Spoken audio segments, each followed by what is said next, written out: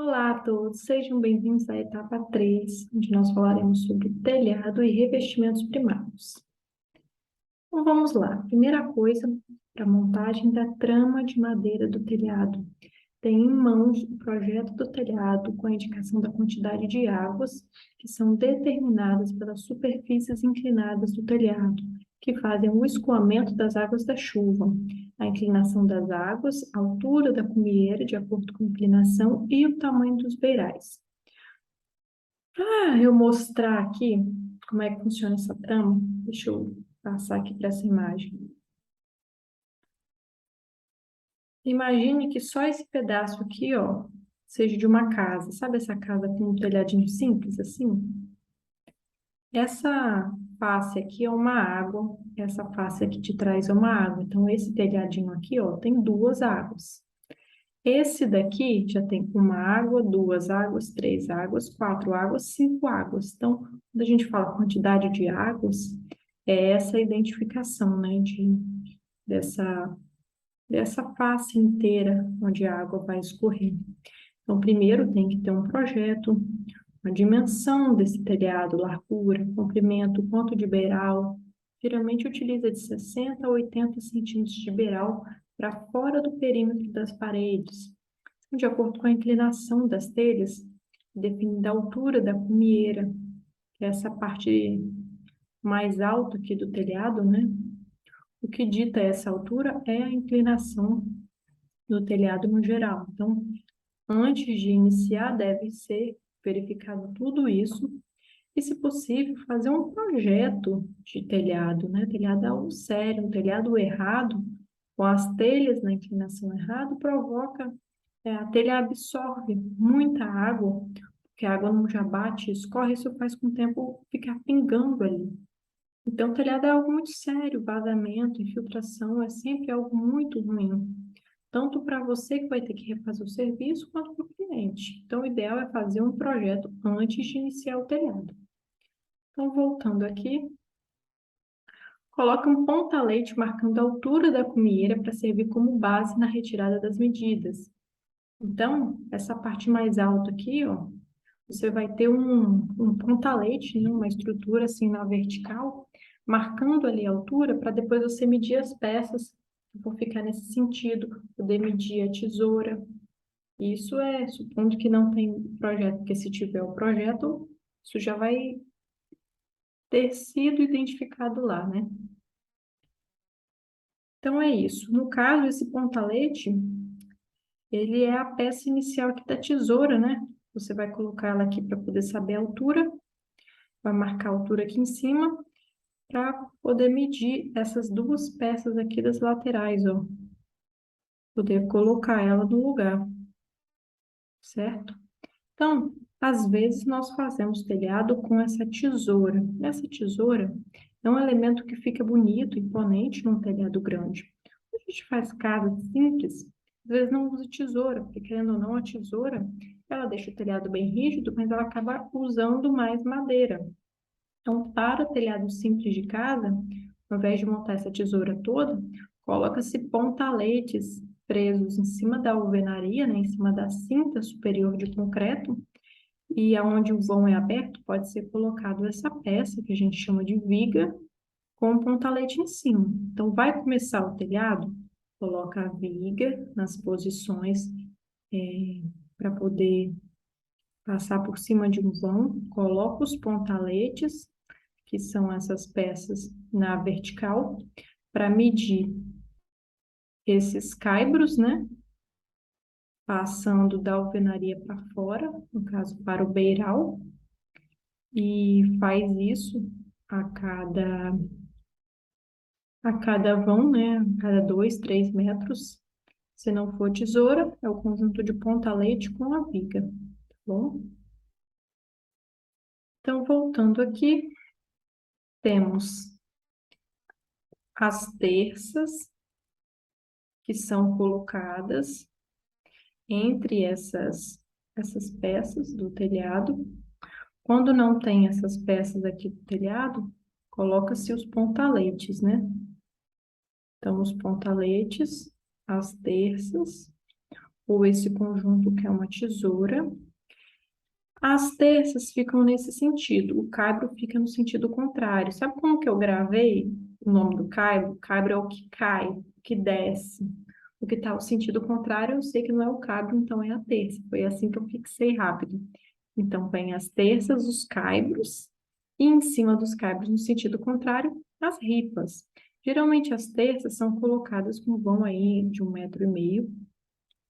Os caibros, que serve de estrutura para a ripa, são colocados a cada 50 centímetros.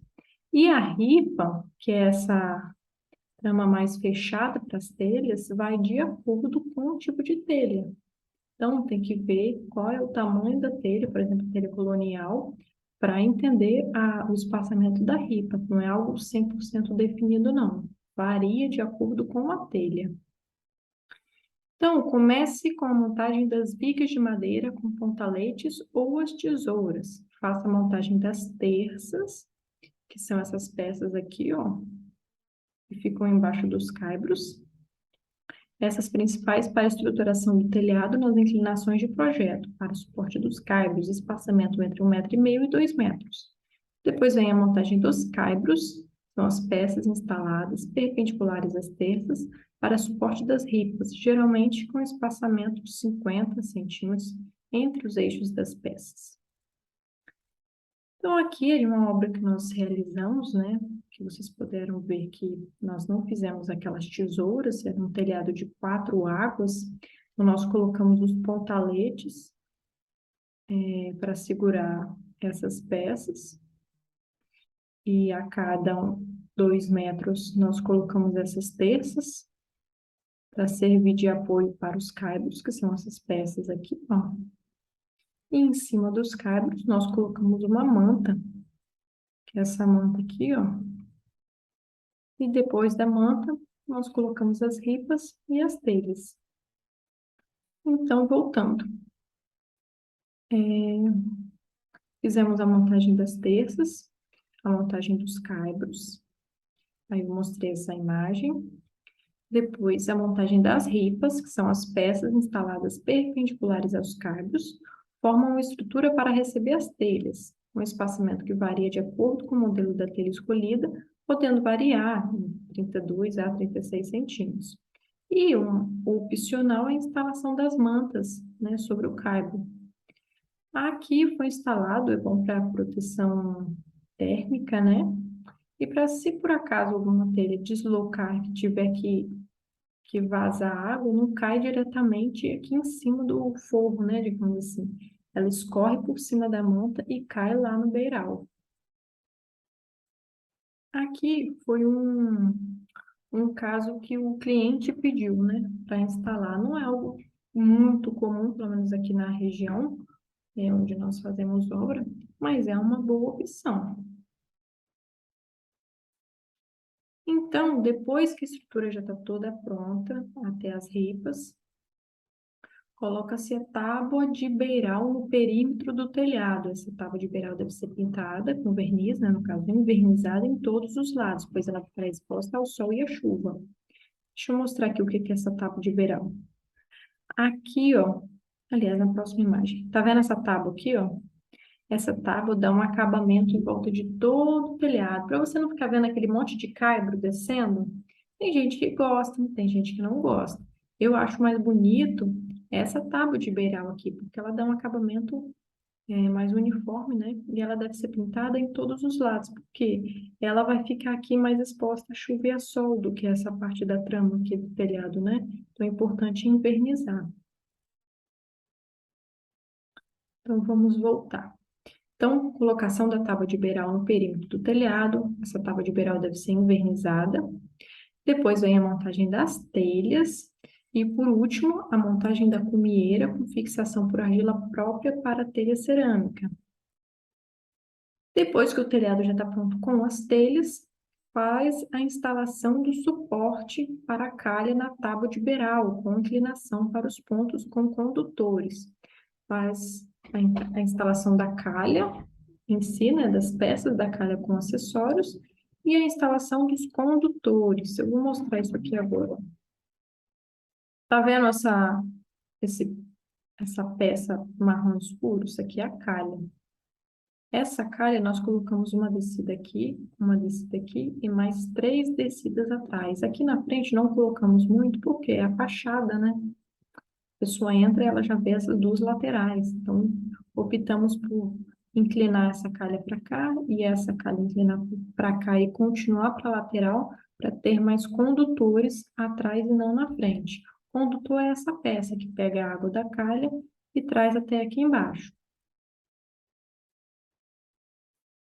Então, dicas importantes para a etapa do telhado. Cuidado com o nível das peças do telhado. As ripas devem seguir o nível em um mesmo alinhamento para as telhas ficarem com as fiadas alinhadas em todas as águas. O que significa isso? Imagine que aqui, ó, essas madeiras não estão no mesmo nível que essas madeiras dessa água de cá. Na hora que você colocar essas telhas e essa, você olhar a, a edificação de lateral, você vai ver que elas estão desencontradas. As junções ali entre as telhas de uma água e as telhas de outra água. Isso não pode acontecer. Então, tudo tem que estar no mesmo nível, seguindo um alinhamento, para que fique um telhado bonito. As peças de caibros podem ficar com o topo nivelado com o topo das terças. Assim, vira uma grade única para as ripas. O que significa isso? Sabe essa peça de baixo aqui, essa peça chamada caibro, está embaixo da ripa. Essa peça de caibro, ela fica nivelada com a terça. Então, se a terça para aqui, o caibro para aqui também, para ficar a parte de cima única para as ripas. Porque se você colocar a terça, depois você coloca o caibro em cima da terça para depois colocar a ripa, não fica tão legal. O ideal é fazer isso, colocar as terças, depois você vai colocar os caibros com a parte de cima alinhada com a parte de cima da terça, né?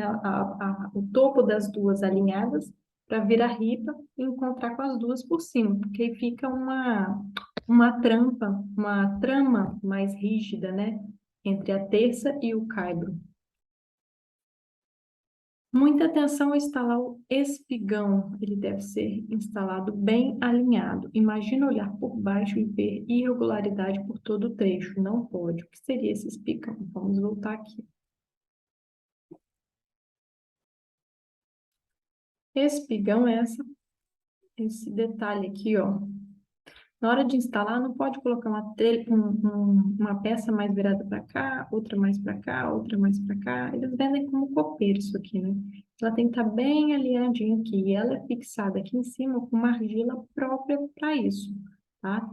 Se ela vier, por exemplo, uma cor clara, você pode colocar como que é o nome? Um corante, né? Eles chamam de xadrez na cor vermelha ou na cor que for a telha, para ficar mais próximo ali, não ficar aquela só a junta ali desse espigão com uma cor diferente da telha, né? Você pode tingir a massa. Então, vamos voltar aqui. Vimos as dicas importantes para o telhado. Então, aqui tem o telhado pronto, né? Com todos esses elementos que foram explicados. Inclusive, o forro que foi instalado aqui na parte externa da casa, a tábua de beira serviu como acabamento para ele, né?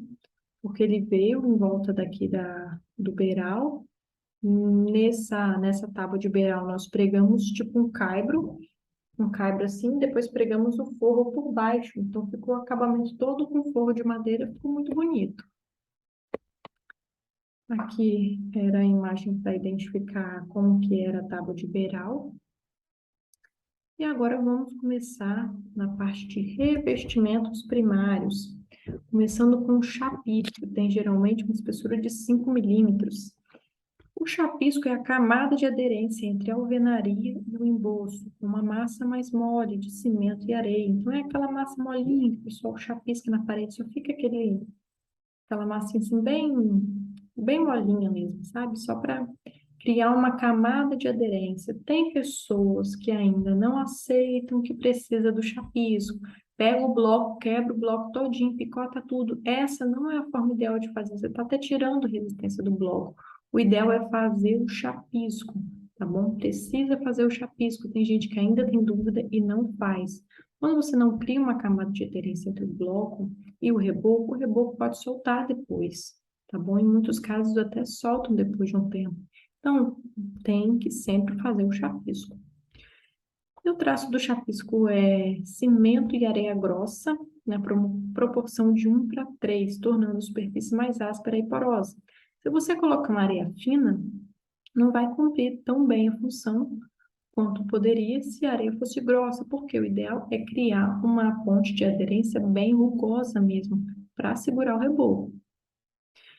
Atenção, uma boa prática é realizar a impermeabilização das primeiras 3 fiadas de bloco cerâmico antes do chapisco com tinta impermeabilizante, considerando que a laje estará impermeabilizada por aditivo, as bases das paredes também estarão. Isso evitará manifestações patológicas por umidade. Então, antes de chapiscar as paredes, uma, uma, uma prática que é muito boa, né, as pessoas começarem a fazer, é impermeabilizar as primeiras 3 fiadas do bloco cerâmico, para evitar aquela umidade que vem por baixo, que infelizmente é uma patologia que a gente vê sempre por aí.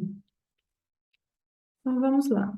Após o chapisco e antes de iniciar o embolso e a massa única, faça as instalações das mangueiras de elétrica, instalações hidrossanitárias que serão chumbadas na alvenaria, drenos para ar-condicionado e outros. Feche os rasgos e depois inicie o reboco. Essa etapa de instalações brutas preliminares está na próxima etapa.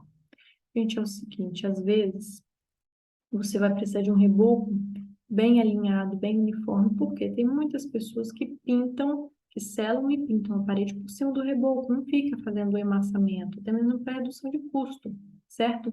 Então, quando você instala a mangueira, depois que o reboco está pronto, faz aquele monte de corte no reboco para instalar a mangueira, tem pessoas que não sabem fazer remate bem feito, então deixa aqueles mondrongos na parede, aquele remate mal feito. Você vai pintar a parede sem amassar, você vê aquele monte de listra na parede.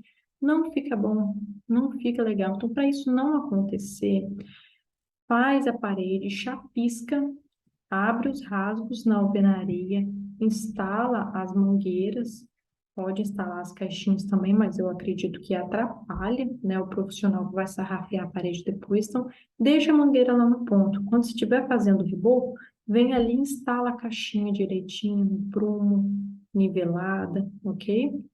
Mesma coisa para dreno de ar-condicionado, para tubulação de esgoto, tubulação de água. Então, por exemplo, no banheiro, já faz todo o sistema ali na alvenaria chapiscado e depois reboca, porque aí não tem esse problema de ficar cortando a parede e fazendo arremate que vai aparecer na pintura.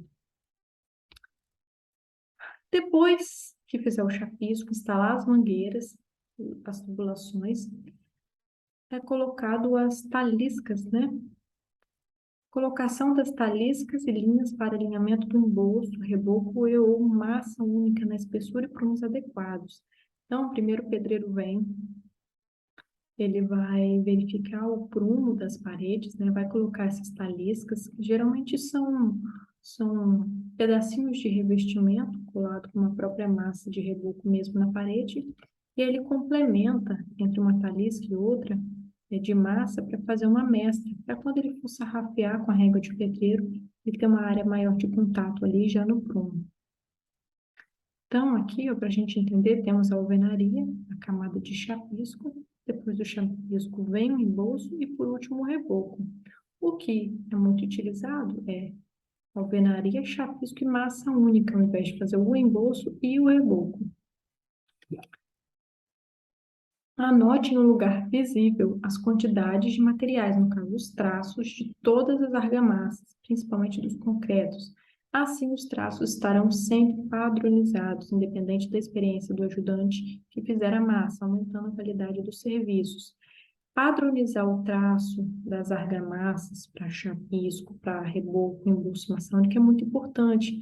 Às vezes, o profissional coloca, por exemplo, muito cimento, aí sabe o que acontece? O reboco depois fica cheio de fissuras. Então, ora às vezes está com um ajudante, ora está com outro, cada ajudante às vezes vai fazer a massa de acordo com a experiência. Não é o ideal é você padronizar, não o ajudante fazer da forma dele. Então, anote no papel, plastifique, coloque lá do lado da betoneira ou no local onde mexe a massa manualmente para que não tenha esse problema. Então, vamos lá, embolso. É a camada de regularização entre o chapisco e o reboco. Embolso é realizado em superfícies que receberão revestimento e não precisam de acabamento fino. Então, ele pode ser feito com uma areia média, né? Não precisa ser areia fina. Para a argamassa de embolso, utiliza-se cimento, cal hidratado e areia fina, no traço 1 para 2 para 8. Levam 21 dias para a cura, para a aplicação de revestimento, e 7 dias para a aplicação do reboco. Então, se vai instalar revestimento, por exemplo, no banheiro, esperar 21 dias. E se vai aplicar em cima de reboco, esperar 7 dias. Essa quantidade de tempo aí, para a cura de todas as argamassas do concreto, tem que ser levada em consideração na hora de fazer o cronograma, para que você consiga respeitar. Às vezes a gente entende que é difícil esperar todo esse tempo para a cura, às vezes a pessoa está com muita pressa de fazer a obra, mas realmente tem esse prazo para a cura, porque realmente é importante. Então, o ideal é já considerar isso no cronograma. Então, vamos lá. Aqui está embolso, mas é...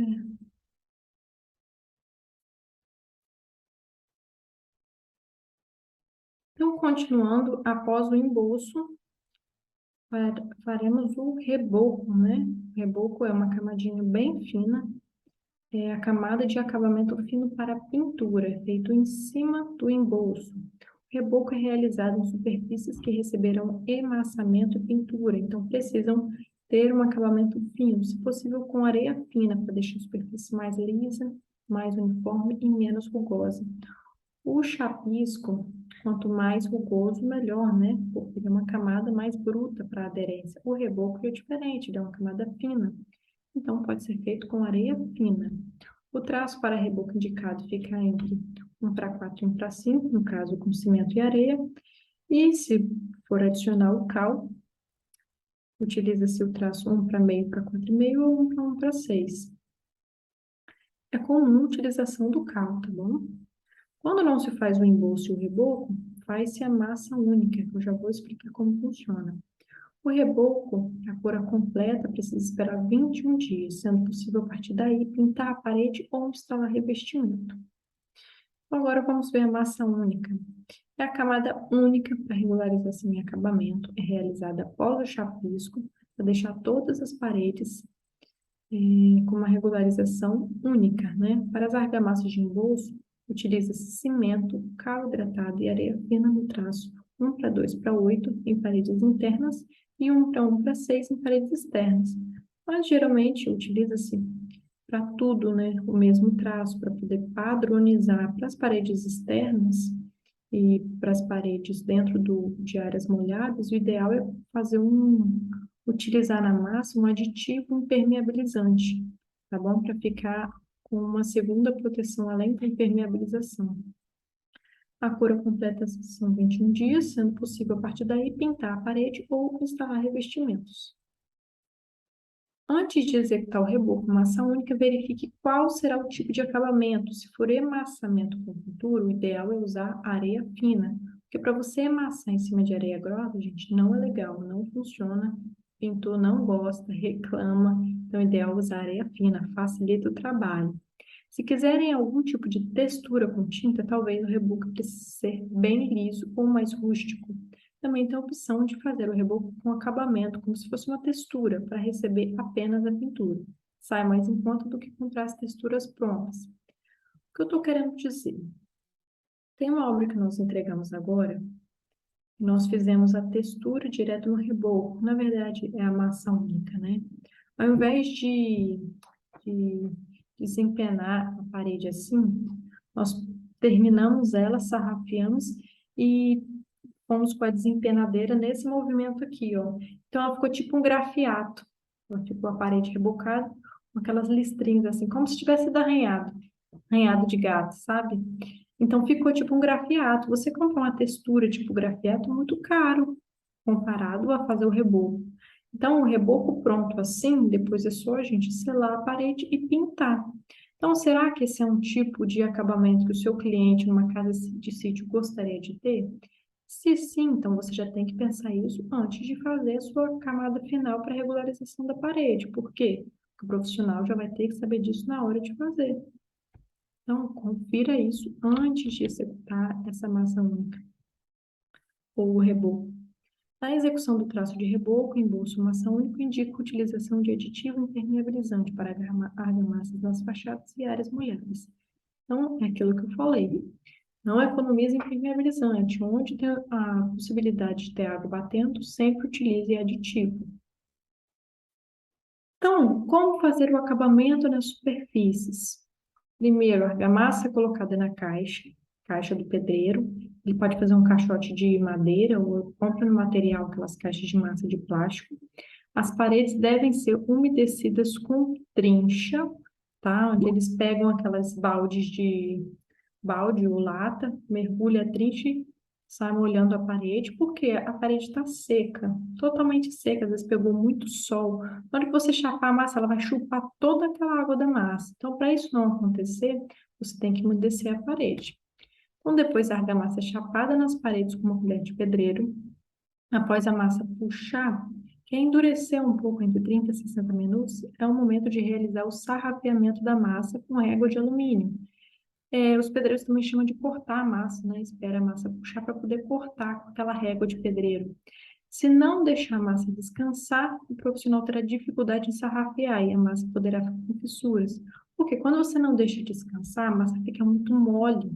Aí ele tenta sarrafear e ela vai abrindo. Então não funciona. Agora, deixar endurecer demais também não funciona, porque ele vai tentar sarrafear, parte vai estar mais duro, ele não vai conseguir e a parede vai ficar com algumas lombadas. Então, é esperar o tempo ideal, não deixar secar muito e não deixar ficar muito mole.